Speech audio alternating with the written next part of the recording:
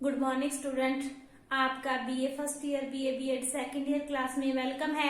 तो बच्चे, हमने कल स्टार्ट किया था संगम युग या संगम काल। उसमें हमने किया था संगम का अर्थ, संगम के कवियों के बारे में हमने पढ़ा था। फिर उसके बाद संगम साहित्य और संगम कालीन शासन व्यवस्था के बारे में पढ़ा था। आज हम करेंगे उनकी अर्थव्यवस्था या आर्थिक जीवन के बारे में। हम नेक्स्ट करते हैं। तो हमारा पॉइंट है आर्थिक जीवन, इकोनॉमिक लाइफ। तो बच्चे, जैसे कि हर युग में क्या होता है, जो लोगों की आजीविका का मुख्य आधार क्या होता है, कृषि होता है। वही दक्षिण भारत की भूमि भी उस समय बड़ी उपजाऊ थी। तो उस समय जो दक्षिण भारत के 3 राज्य थे, चेर चौल पांड्या, उस समय के जो लोगों की जो आजीविका का मुख्य साधन भी कृषि ही रहा था। अगर हम उस समय की फसलों की बात करें तो कौन कौन सी मुख्य फसलें कृषि में होती थी? चावल, नारियल, काली मिर्च, हल्दी, गन्ना, कटहल। इन फसलों की जो लोग पैदावार करते थे और कृषि के लिए सिंचाई की भी व्यवस्था होती थी। जो लोग थे, इन तीनों राज्यों के लोग थे, कावेरी नदी से सिंचाई के लिए पानी लेते थे। कौन सी नदी के लिए? Kaveri, very important. नहरों और तालाबों से भी जल सिंचाई की जाती थी। और जो किसान इन नहरों या तालाबों से सिंचाई के लिए पानी लेते थे, उनको सरकार को सिंचाई के लिए किसानों को अतिरिक्त कर वसूल किया जाता था। और उस समय किसानों या कृषकों के 2 भाग थे। कृषकों के कितने भाग थे? संपन्न और विपन्न। 2 तरह के कृषक पाए जाते थे। संपन्न मतलब वो किसान जिनके पास अपनी भूमि होती थी और अपनी भूमि पर वो कृषि कार्य करते थे। क्लियर? और जो विपन्न किसान होते थे, उनके पास अपनी भूमि नहीं होती थी और वो संपन्न कृषकों की भूमि या जमीन पर ही काम करके अपने जीवन का निर्वाह करते थे। यहाँ तक क्लियर? नेक्स्ट पॉइंट आता है उनके आर्थिक जीवन में। हम करेंगे बात उद्योग धंधों के बारे में। तो संगम काल में बच्चों बहुत से घरेलू उद्योग धंधे उन्नत अवस्था में थे। उस समय सूती कपड़ा, रेशमी कपड़ा बहुत काफी विकसित हो चुका था। उदयपुर सूती कपड़े का मुख्य केंद्र था। कौन सा? उदयपुर। और उसके बाद बात करें, लोग गन्ने से शक्कर बनाने का काम, ताड़ का रस तैयार करने का काम, बढ़ईगिरी का व्यवसाय करते थे। इसके अलावा रस्सी बनाने का काम करते थे, नमक बनाने का काम किया जाता था और भवन निर्माण कला के उद्योग भी उस समय के मुख्य कार्य थे। क्लियर? और उसके बाद हम बात करते हैं वाणिज्य व्यापार की। तो उस समय दक्षिण भारत के इन तीनों राज्यों का आंतरिक और विदेशी व्यापार काफी उन्नत अवस्था में था। और वो जो बड़ी बड़ी बंदरगाहें थी, वो व्यापार के प्रमुख केंद्र थे। और उनकी प्रमुख बंदरगाहें थी नीरा, तोंडी, मुशिरी, कुहूर, नेली सिंडा। आई रिपीट, नीरा, तोंडी, मुशिरी, कहूर और नेली सिंडा। ये आपको 2 नंबर के क्वेश्चन में भी आ सकता है, इंपॉर्टेंट है। तो उस समय जहाजों का मार्गदर्शन करने के लिए लाइट हाउस बनाए जाते थे। लाइट हाउस मतलब प्रकाश पैदा करने वाले स्तंभ, जैसे आज भी बनते हैं ना हमारे गलियों में, सड़कों पर बने होते हैं लाइट स्तंभ, तो वैसे ही स्तंभ बनाए जाते थे। और इन बंदरगाहों से क्या होता था, ये लोग आयात और निर्यात करते थे। आयात किन चीजों का किया जाता था? कांच का सामान, मूंगा, शराब, सोना, चांदी, तांबा। इन चीजों का ये लोग आयात किया करते थे। और इन राज्यों से विदेशों को निर्यात क्या किया जाता था? काली मिर्च, कपड़ा, कपड़े में सूती कपड़ा और रेशमी कपड़ा, काली मिर्च, हाथी दांत, कीमती पत्थर, मोती। इन चीजों का ये लोग निर्यात करते थे। क्लियर? तो उस समय इनका जो प्रमुख केंद्र था अरिका मेडू था। अरिका मेडू इन समय का प्रमुख व्यापारिक केंद्र था, जहां वस्तुओं को इकट्ठा करके भारत के विभिन्न भागों में भेजा जाता था। और इन लोगों का विदेशों में रोम, चीन, मिस्र, मलयाद्वीप, अरब, इनके साथ इनका विदेशी व्यापार होता था। अगर हम बच्चों इनके आंतरिक व्यापार की बात करें तो इनका आंतरिक व्यापार भी काफी विकसित था। और ये इसमें लोग गाड़ियों में या पशुओं का काफिला बनाकर चलते थे और वस्तुओं को एक स्थान से दूसरे स्थान तक पहुंचाते थे। और ऐसा जो व्यापार होता था वो विनिमय के द्वारा होता था। और आंतरिक व्यापार में वस्तुओं को एक स्थान से दूसरे स्थान पर ले जाने पर इनको शुल्क टैक्स भी या शुल्क कर भी देना पड़ता था। ये था इनका आर्थिक जीवन या इनकी अर्थव्यवस्था के बारे में। क्लियर। नेक्स्ट बच्चे हम करते हैं उनके सोशल लाइफ के बारे में, उनके सामाजिक जीवन के बारे में।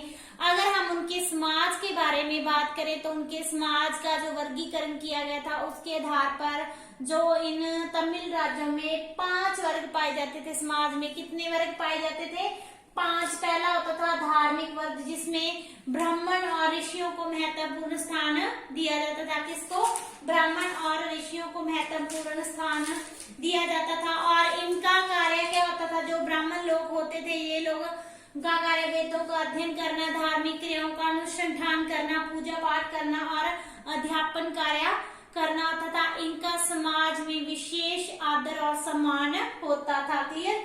दूसरा वर्ग था आरासर। कौन सा वर्ग था? आरासर। ये जो आरासर वर्ग के लोग, क्षत्रिय लोगों से हम इनका कंपैरिजन कर सकते हैं। ये लोग राज परिवार के साथ जुड़े होते थे और इस वर्ग के लोग मुकुट और माला धारण करते थे। क्या धारण करते थे? माला और मुकुट धारण करते थे। और ये लोग हाथी, रथ और घोड़े पर बैठकर चलते थे। और इनका मुख्य कार्य क्या होता था? जनता की आंतरिक और बाहरी विद्रोहों से रक्षा करना था। क्लियर। ये एक तरह से क्षत्रिय लोग होते थे। तीसरा आता है वनीगर। ये व्यापारी लोग थे। क्या थे? ये लोग व्यापारी वर्ग थे और ये लोग आंतरिक और बाहरी व्यापार में शामिल रहते थे। और ये इन लोगों के पास कहा जाता है कि काफी पैसा होता था और ये धन संपन्न लोग माने जाते थे। अगर नेक्स्ट है 4th और 5th है बलाल और बेलालर। ये दोनों किसानों की श्रेणियां हैं। बलाल में अभिजात्य वर्ग के भूस्वामी होते थे। मैंने पहले भी कराया था ना, क्योंकि संपन्न लोग थे जिनके पास अपनी भूमि होती थी, उनको क्या कहा जाता था? बलाल। और ये भूस्वामी होते थे, इनको उच्च राजकीय पदों और सेना के उच्च पदों पर भी नियुक्त किया जाता था। और बेलालर होते थे भूमिहीन तथा निम्न श्रेणी के किसान और मजदूर होते थे, जो कि संपन्न किसानों की कृषि पर अपना कार्य करके अपने जीवन का निर्वाह करते थे। और इन 5 श्रेणियों के अलावा बच्चे उस समय लोहार, बढ़ई, धोबी, कुम्हार, ये उपजातियां भी समाज में पाई जाती थी। क्लियर। उसके बाद हम बात करते हैं दास प्रथा के। तो जो तमिल समाज था उसमें दास प्रथा भी काफी प्रचलित थी। युद्ध में बंदी बनाए गए लोगों को दास बना लिया जाता था, परंतु उनके साथ अच्छा व्यवहार किया जाता था। और दास लोगों की पहचान के लिए उनके शरीर पर एक चिन्ह को अंकित कर दिया जाता था और उनके खरीदने और बेचने के लिए नियमित बाजार थे। कुछ विद्वानों का कहना है कि संगम काल में दास प्रथा का प्रचलन नहीं था। क्लियर। उसके बाद आता है स्त्रियों की दशा। तो स्त्रियों की दशा की बात करें तो उस समय वो सम्मानजनक थी पुरुषों की तुलना में, परंतु उनको निम्न समझा जाता था। परंतु फिर भी कह सकते हैं कि उन्हें ना तो संपत्ति में अधिकार था, ना ही पुरुषों के बराबर अन्य कोई अधिकार दिया जाता था। ना वो मंत्री बन सकती थी, ना ही वो पुरोहित का कार्य कर सकती थी, ना राजदूत सलाहकार को भी उनको नहीं बनाया जाता था। परंतु फिर भी वो सामाजिक और धार्मिक कार्यों में पुरुषों के बराबर हिस्सा लेती थी। इसके अलावा कहा जाता है कि वो खुलेआम नदियों और तालाबों में स्नान करती थी। लड़कियों को शिक्षा दी जाती थी और उस समय जो लड़कियों को शिक्षा दी जाती थी वो विशेष करके संगीत और नृत्य की शिक्षा दी जाती थी। उस समय उस समय की जो फेमस स्त्रियां थी उनका नाम है विशाल और नचलियर। विशाल और नचलियर जो उस समय की प्रसिद्ध कवित्रियां मानी जाती है। Very important your short question. और कुछ स्त्रियां गणिकाएं और नर्तकियां होती थी जो कि वेश्यावृत्ति के द्वारा भी अपना जीवन निर्वाह या जीवन यापन करती थी। और उसके बाद हम बात करते हैं सती प्रथा के बारे में। तो बच्चे उस समय सती प्रथा भी समाज में पाई जाती थी, परंतु किसी भी स्त्री को सती होने के लिए विवश या मजबूर नहीं किया जाता था। जो स्त्री विधवा का जीवन व्यतीत करती थी उसको बहुत तरस योग या उत्पीड़न के साथ जीवन व्यतीत करना पड़ता था। उसको ना तो वो अच्छे सुंदर ढंग के कपड़े पहन सकती थी, ना आभूषण पहन सकती थी। उसको खाना भी एक वक्त का दिया जाता था और रात को उसको नीचे सोना पड़ता था। और इसके अलावा उसका जो बाल मंडवाने पड़ते थे और आभूषणों का त्याग करना पड़ता था। क्लियर। नेक्स्ट हम उनके करते हैं विवाहों के बारे में। तो बच्चे तमिल समाज में दो तरह के विवाह होते थे, एक कारपू और दूसरा कलाबू विवाह। पहले कौन सा होता था? कारपू और कलाबू। जो कारपू होता था इसमें क्या होता था? माता पिता की अनुमति प्राप्त होती थी, माता पिता की इच्छा के द्वारा किया गया विवाह। इसमें क्या होता था? वर और वधु दोनों के माता पिता की सहमति से ये विवाह होता था और वर पक्ष को वधु की कीमत भी चुकानी पड़ती थी। और दूसरा होता था कलाबू विवाह। इसमें माता पिता की अनुमति नहीं ली जाती थी, लड़का और लड़की प्रेम विवाह करते थे और इसको बुरा माना जाता था। क्लियर। नेक्स्ट हम करते हैं उनके खान पान के बारे में। तो उस समय जो लोग थे शाकाहारी और मांसाहारी दोनों तरह के थे और उसमें जो ज्यादा लोग चावल का प्रयोग करते थे, इसके अलावा ज्वार बाजरा का प्रयोग किया जाता था। मांस के विभिन्न प्रकार के व्यंजन बनाए जाते थे। इस समय जो स्त्रियां थी वो भी मदिरा पान करती थी। इसके अलावा पान और सुपारी का भी प्रयोग किया जाता था। अफीम और तंबाकू का भी लोग सेवन करते थे। क्लियर। उसके बाद हम बात करते हैं उनकी वेशभूषा और श्रृंगार की। तो उस समय संगम काल में जो लोग थे सूती और रेशमी वस्त्र पहनते थे और उनके वस्त्रों का दो तरह के वस्त्रों का प्रयोग करते थे। एक होता था कमर से लेकर नीचे तक और दूसरा होता था कंधे से लेकर नाभि तक। स्त्रियां साड़ी जैसे वस्त्र पहनती थी और जो धनी लोग थे वो सिर पर पगड़ी और साफा भी बांधते थे। लोग जूते भी पहनते थे। इसके अलावा वो हार श्रृंगार करते थे, आभूषण पहनते थे और उनके आभूषण सोने, मोती, हीरे, मणि और कौड़ी के बने होते थे। क्लियर। नेक्स्ट हम बात करते हैं कि उनके मनोरंजन की। तो वो लोग कई तरह से अपना मनोरंजन भी करते थे और जो अमीर लोग होते थे वो संगीत सम्मेलन करते थे, काव्य सम्मेलन करते थे और नृत्यों का आयोजन किया करते थे और राजा के दरबार में गायक और नर्तकियां रहती थी। इसके अलावा जो शिकार, पासों का खेल, गोलियों के खेल, मल्लयुद्ध, सैर सपाटा ये भी उनके मनोरंजन के साधन थे। जो स्त्रियां और पुरुष दोनों सामूहिक नृत्य में भाग लेते थे। इस प्रकार संगीत नृत्य उनके मनोरंजन के प्रमुख साधन हम मान सकते हैं। उसके बाद हम करते हैं उनके मृतकों का संस्कार कैसे करते थे। दो तरह से वो संस्कार करते थे। एक तो उनका अंतिम संस्कार कर देते थे, जलाते थे मतलब के।